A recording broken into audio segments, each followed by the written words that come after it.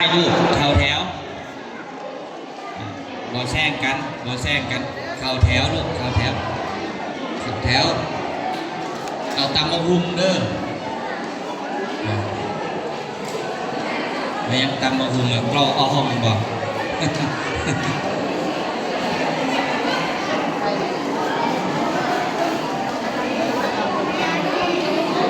เขามาเป็นแถวเด้อกันบ่เขาเป็นแถวในย่านบ่ได้คู่กันแต่ว่าของกินในคู่กันแน่นอนบ่นี่เด้อบ่ต้องตกใจโอ้ยขาน้อย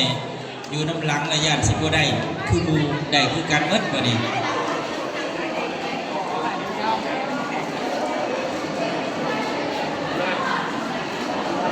เอาน้องๆนักเรียนเด้อถ้าผู้ใดได้ของกินแล้วไปเอาน้ำแข็งใสได้เลยเด้อทั้งนอกเด้อกระแลมเย็นๆนะบ้านเอาเนี่ยกระแลมเลยเนาะไปรับได้เด้อกระแลมอยู่ทั้งนอกเด้อเข้าแถวคือกันได้กระแลมกระทำซิ่งกันมาโยมเปิดติบริการเฮาเปิดอะไรเฮาเข้าเลยเด้อเข้าแถวเลยกระแลมอยู่ด้านนอกเด้อลูกเด้อหลังจากเอาเข้ากองแล้วก็ออกไปทางด้านนอกให้เข้าแถวทำแซงแถวได้ต่อแถวเลยเด้อย่าไปรัดแถวเด้ออย่ารัดแถว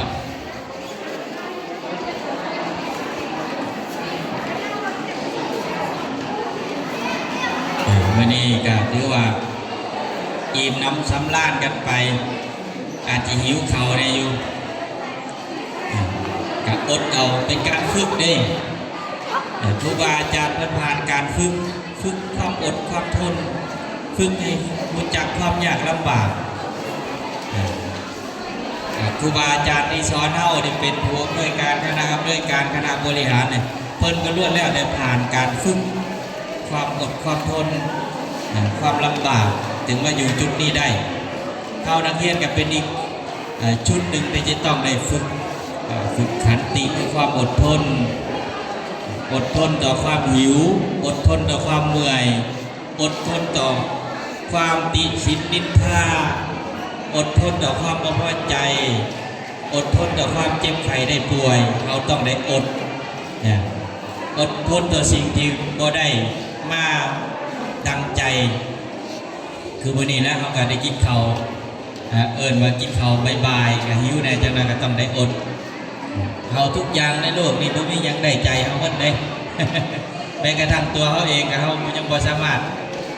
คอนโทรลหรือว่าควบคุมเขาเองได้เพราะฉะนั้นเราต้องผ่านการอดทนหลังจากเอาเข้ากองแล้วลูกไปเอากระแลมได้เลยเด้อไปเอากระแลมได้ทั้งนอกแต่ไปผู้ใดสิอยากจะกินกระแลมก็ไปเอาเนาะแต่ว่าให้เป็นระเบียบเด้อให้เข้าแถวเด้อลูกเด้อห้ามซิ่งกันไม่ใช่บ่งามเนาะ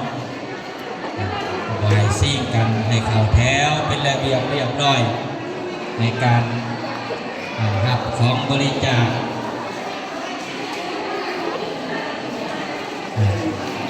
จริงๆต้องยกมือไหวเพื่อนได้เอาของแต่มันไม่มีมือให้ไหวเนาะเครื่องเต็มมือถือว่าอนุโลมเด้อหลอดนี่เด้อปกติมารยาทคนลาวเขานี่ต้องรู้จักคำว่าขอบใจมีหางเสียกับมันเทียนเอาไหมลูกเอาไหมบอกมันบริเพื่อนเนาะ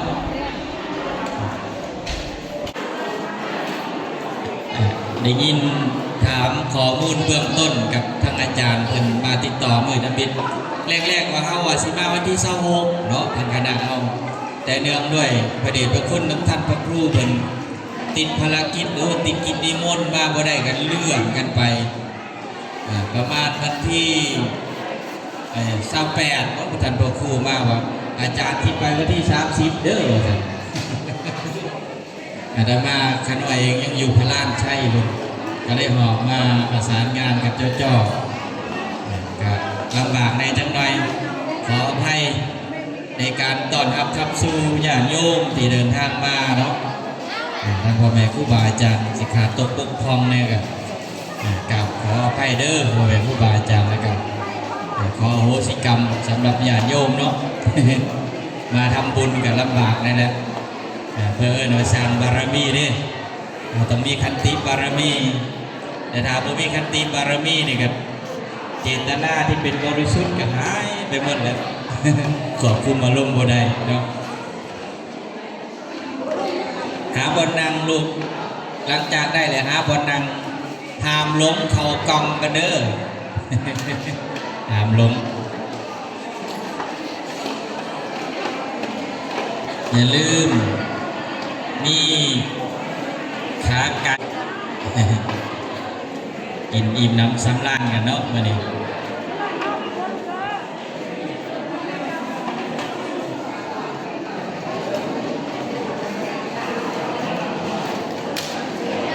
ค่อยๆกินค่อยๆเคี่ยวเด้อลูกเด้อแค้นนะรู้สึกว่าสิบ่มีน้ำนะตอนนี้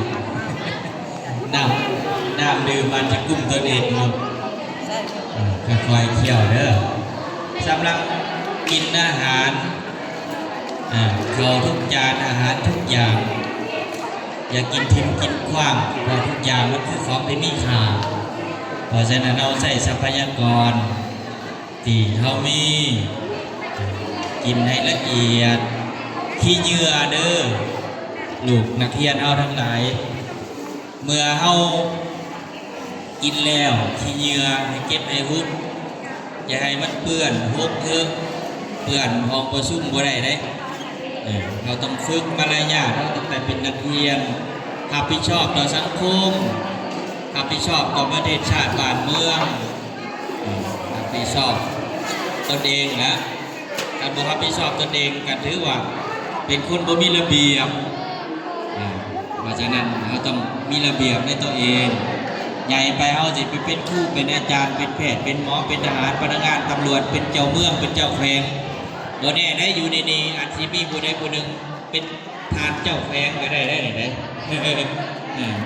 บ่แน่อยู่ที่ความฝึกฝนอยู่ที่ความสามารถ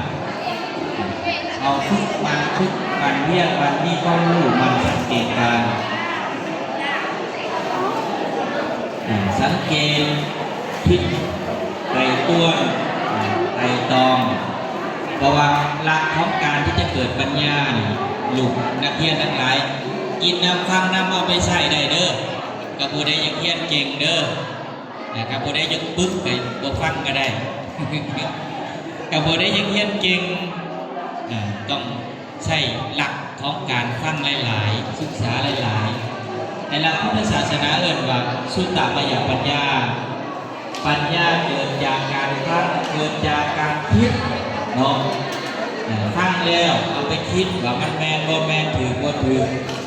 เป็นประโยชน์บ่เป็นประโยชน์ไปคิดไขควรเอ่ยว่าเกิดจากการศึกษาเมื่อรู้จักประโยชน์ไขควรเอ่ยว่าจิตตามยปัญญาจินตนาการหรือว่าความคิดคนเราจะประสบความสำเร็จได้ในชีวิตก็ต้องคิดให้เป็นคิดให้ได้ใจแยกให้ออกว่าสิ่งนี้เป็นประโยชน์แต่มันเป็นประโยชน์นี่มีอยู่2ประโยชน์เลยมีอยู่2ประโยชน์1ประโยชน์ตน2ประโยชน์ทานเนี่ยจือไว้เด้อนักเรียนเด้อประโยชน์ตนก็คือเฮายังเป็นนักเรียนก็ทำหน้าที่ให้ได้เกิดประโยชน์เฮามานี้จากบ้านจากเพื่อนมาเรียนหนังสือพ่อแม่ทั้งหลายไอ้น้องทั้งหลายฝากความหวังสูงในกับเฮาได้เฮาเป็นเด็กน้อยส่วนใหญ่ก็มาจากเขตนอกเนาะแม้กระทั่งพระอาจารย์ก็มาจากเขตนอกได้นี่เลยพัฒนาบ้านเมืองเพราะฉะนั้นเฮาต้องเล็งให้ได้ประโยชน์ตนก็คือศึกษาเราเรียนให้หลายๆศึกษาเราเรียนฟังในสิ่งที่เป็นประโยชน์อย่าไปเล่นเกมเนาะเล่นเกมในสมองสิพลอนี่แปลว่าเป็นภาษาอังกฤษเลยพลอนี่แปลว่าเสื่อมอันเสื่อมหลายๆแล้วเป็นอะไรน้องๆลูกนักเรียนคนกับสมาธิสั้นได้เรียนยังต้องคอยจำอารมณ์มุ่นยิ่งง่ายเห็นบ่เด็กบางคนเนี่ยสมาธิสั้นมุดยิดเรียนบ่จืดครูอาจารย์บอกในยังไงเอิ้นว่า เป็นผู้ที่มีสมาธิสั้นนี่ประโยชน์ตนนี่ต้องเล็งให้มันได้ประโยชน์ทานก็คือสิ่งใดที่เป็นประโยชน์ต่อชาติบ้านเมืองสิ่งใดที่เป็นประโยชน์ต่อชุมชนเรากลับไปเขาต้องเป็นตัวอย่างให้เขาได้ถ้าเป็นตัวอย่างให้เขาเห็นให้เขาเบิ่งในทางที่ดีอันนี้ถือว่าลูกๆเขาทั้งหลายต้องเอาไปใส่ให้หลายเด้อแล้วก็ปัญญานอกจากสุตตามยปัญญาจิตตามยปัญญาปัญญาเกิดจากการคิดแล้วต้องพัฒนาตนเองพัฒนาตนเองให้ดีขึ้นโมเมนต์พัฒนาให้ชัวร์ลงได้พัฒนาเจ้าของพัฒนาความคิดพัฒนาบุคลิกภาพพัฒนาแม้กระทั่งการเข้าสังคมการกินอาหารอยู่บ้านให้สิกินอาหารแบบไหนก็ได้ต้องเขี่ยวจับก็ได้เมื่อมาอยู่ในเมืองแล้วมาอยู่ในสังคมหลายที่กินจับเลยเขาบอกได้เนอะคืออย่างนั้นคือโอ้ยการผู้ยิ่งผู้ใดอะไรเสียงกินข้าวดับจับเป็นยาอะไรทีเดียวเบิ่งวันนาวันนี้จือไปเลยต้องเสียงย้ำเทียมคมต้องเป็นแบบอย่างในทางที่ดีลูกหลานเขาเสือว่าเฮาเนี่ยเป็นผู้หนึ่งที่มีความรู้เป็นแบบอย่างในทางที่ดีแก่สังคมเพราะฉะนั้นเราต้องพัฒนาตั้งแต่บุคลิกของเฮาก็คือเสื้อผ้าหน้าแพร่ทรงผม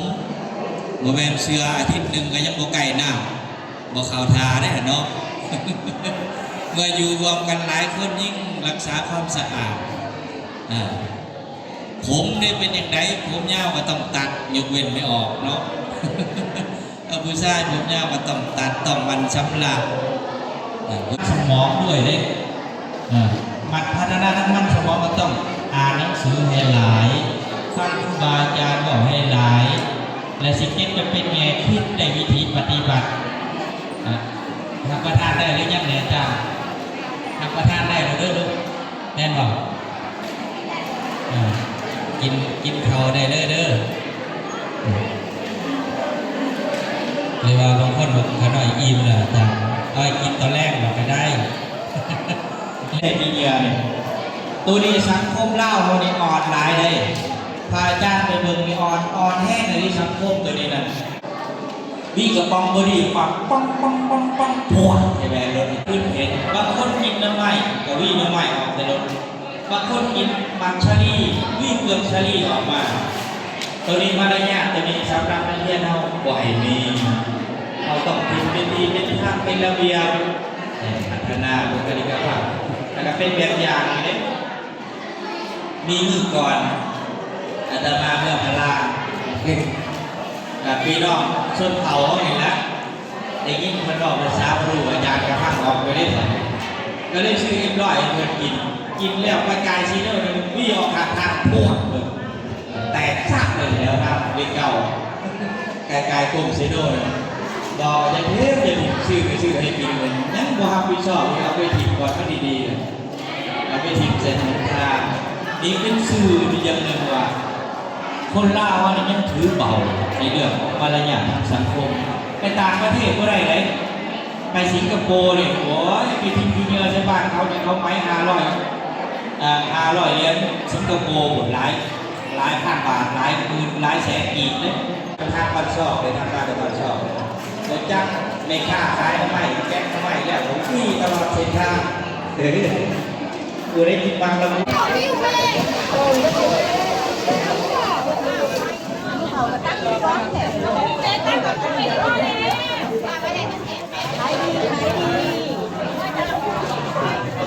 ขายดีคนมันที่น้ำแข็งใส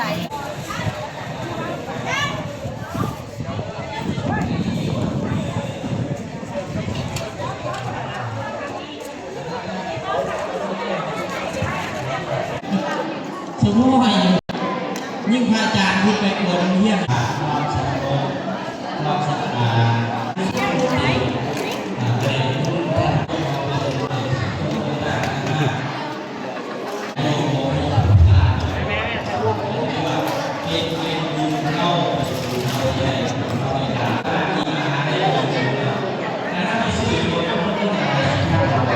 ครูเป็นครูด้วยการ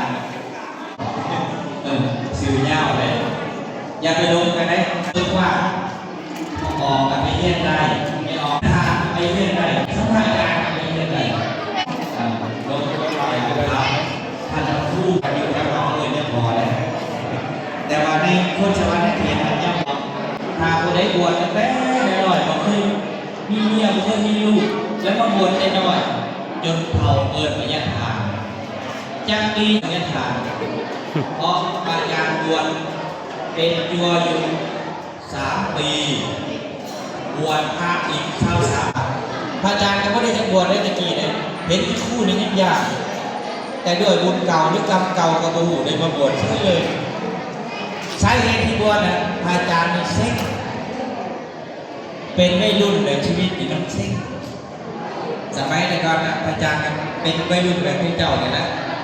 อยู่ไปอยู่มากเกิดอาการเซ็งนี่ไปบวชเสร็จก่อนเว้ยพอสิ